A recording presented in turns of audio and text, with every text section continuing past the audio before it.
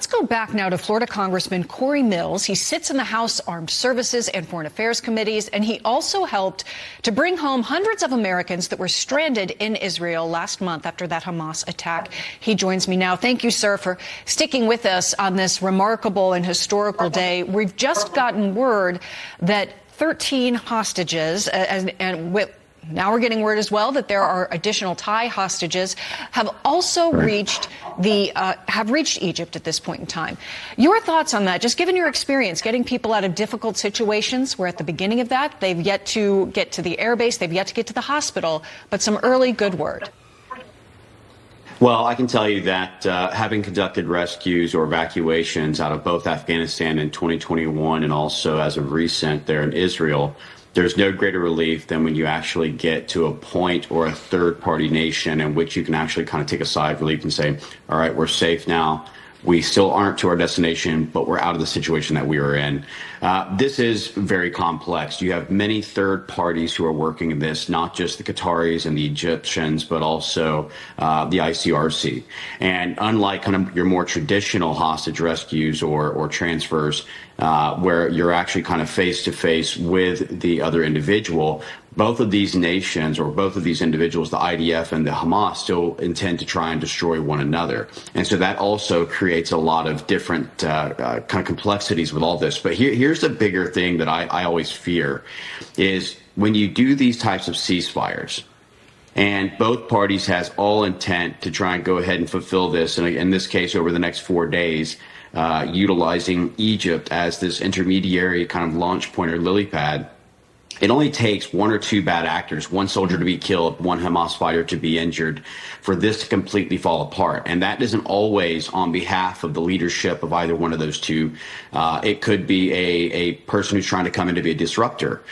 So there's a lot of things that you got to take in place, and why this is so complex, because this isn't as if it's a ceasefire. We're drawing a treaty. We're trying to come to an actual solution. This is a temporary halt for a hostage prisoner exchange, which will, once concluded, potentially go forward with Israel's right to not just defend itself, but to eliminate its terrorist organization. So a lot of complexities here. And over the next 4 days, it will certainly be minute to minute, hour to hour, day by day, as they continue to look at all of the various things. The conditions of the prisoners and the hostages and how they've been treated will obviously be paramount. And we need to ensure that they have the necessary psychological and medical treatment, because I'm sure that the conditions were not always the best. And so a lot going on here. It's good that they're at least in Egypt. And I can tell you, when I got Miriam and her 3 children out of Afghanistan after 11 days of trying to get them from Kabul to Mazar Sharif to Kunduz to different areas to finally get them across the Tajik border,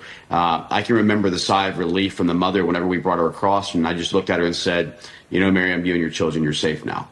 And so that's one of those moments where it's certainly a sigh of relief for everyone that's involved. Yeah, I'm sure there are a lot of people, those soldiers that are standing by to greet these families, that want to have that moment as well with these children and these wives, these mothers. You know, you're finally home, you're finally safe. You raised a great point. The IDF and Hamas are not in direct talks. There's a lot going on here with Qatar, the U.S., Egypt, all involved in bringing this deal together and making it happen. Majid al-Ansari is a spokesman for Qatar's foreign ministry. He said the first glimmer of light at the end of the tunnel is how he described this beginning of this deal. But as you mentioned, days to come and one bad actor. How much leeway does each side give? Because they understand that as well, that one person could throw a wrench in things. Right. How much power does that one person potentially have? Well, you know, the issue is this. I'm not concerned about the Israeli Defense Force Command. I know that they're a very well-trained, very well-organized, very well-conducted military force. The issue is that when you have these terrorist organizations such as Hamas, where not everyone subscribes to the full acceptance of working with who they perceive to be their enemy, all it takes is one person to start firing a shot or to try and attack one of the IDF soldiers, and the IDF soldier retaliate and defend itself. And again, you'll have a very similar situation that has been going on, where when the IDF retaliates for attacks against them, the Hamas organization tries to utilize their propaganda misinformation as if they were the ones who broke the deal, or they're the ones targeting civilians. And so there's a lot of things that could go wrong very quickly. I'm hopeful and I'm praying that this next 4 days goes as smooth as possible. But again, I think that the next hostage negotiation, because there's more hostages still need to be released.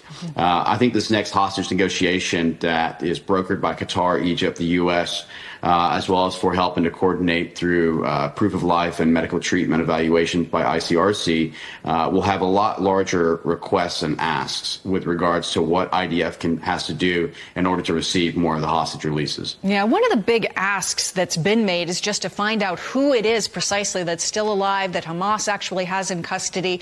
Perhaps some of the hostages coming out will be able to give some insight into that. We don't know that they were held all together. We don't know that families have been kept together, or even really in what circumstance. We know it's horrible, of course, and you may have some insight into that as well. Alex Hogan talked about what they're standing by and waiting for at the hospital, seeking insight from Holocaust survivors, noting that the people coming out may not know who among their loved ones have survived to this point. So essentially the horror and the torture is not yet over for some of these folks that are being released. Your thoughts on sort of the psychological aspect of this and the information they may have? Well, they'll certainly go through a series of different things. The first will be obviously a medical evaluation to look at any type of treatment that's necessary, any type of injuries that they've sustained being completely taken care of. There will be a psychological evaluation that will have to be conducted. But then it goes into a third phase of having the IDF and the Israeli intelligence and special forces to try and get more information. This is where the debrief really comes into play. What did you see? Who did you hear? Did you recognize any names? They'll try and identify those who may understand and speak Arabic as well as Hebrew and others. So they'll try and get as much information as possible into potentially the tunnel system. Were you in the tunnels? Were you not? Were you transferred to multiple locations? Were you kept in the same place? Do you know if there were other hostages at the location you were at? And so they'll continue to try and evaluate all of these things and potentially look at, if the next 4 days goes well and they're able to obtain certain types of intelligence that would give them an indication of where other hostages are being kept, and they can coordinate some type of a continual peace deal in an effort to try and get these hostages out. If that fails, at least they have the intelligence to be able to go in and do a force-on-force hostage rescue, given the information and intelligence that they collect from the first 13 that's been given away. But I will tell you that I would speculate that Hamas is smart enough that the 13 that they're releasing probably didn't have a lot of access. They were probably all kept singularly together. I'm predicting that there's probably multiple locations hostages are being kept, not in just one singular place. So there's going to be very limited intel, but that all will be determined once they do that final debrief. And that's a great point, Congressman. This was all part of Hamas's plan, taking these hostages, and likely this exchange as well, part of what they planned all along. Congressman Cory Mills, thank you so much. You've been very generous with your time today. We really appreciate all of your insights this morning. Thanks for joining us. Thanks for having me, and God bless. God bless. Griff?